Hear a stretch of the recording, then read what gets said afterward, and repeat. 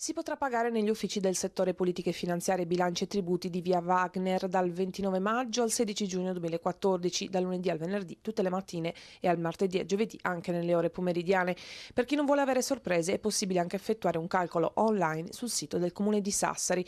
Parliamo della vituperata complicata Tasi, la nuova imposta sulle case le cui aliquote per il capoluogo turitano sono state approvate insieme al bilancio da parte del commissario straordinario Guido Secchi. La Tasi sta per tassa sui servizi indivisibili e serve a finanziare i servizi comunali, come ad esempio la manutenzione stradale o l'illuminazione comunale.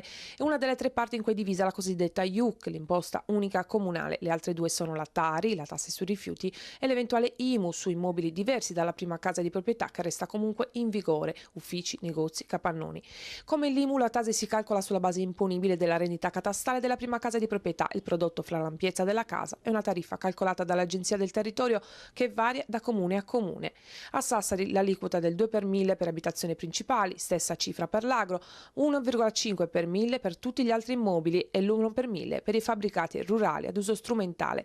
Tante le polemiche soprattutto per il 2 per 1000 applicato anche all'agro, equiparato al centro città. In ogni caso sono previsti aumenti. La media della Tasi di 240 euro a famiglia a fronte dei 267 euro pagati nel 2012 con l'IMU.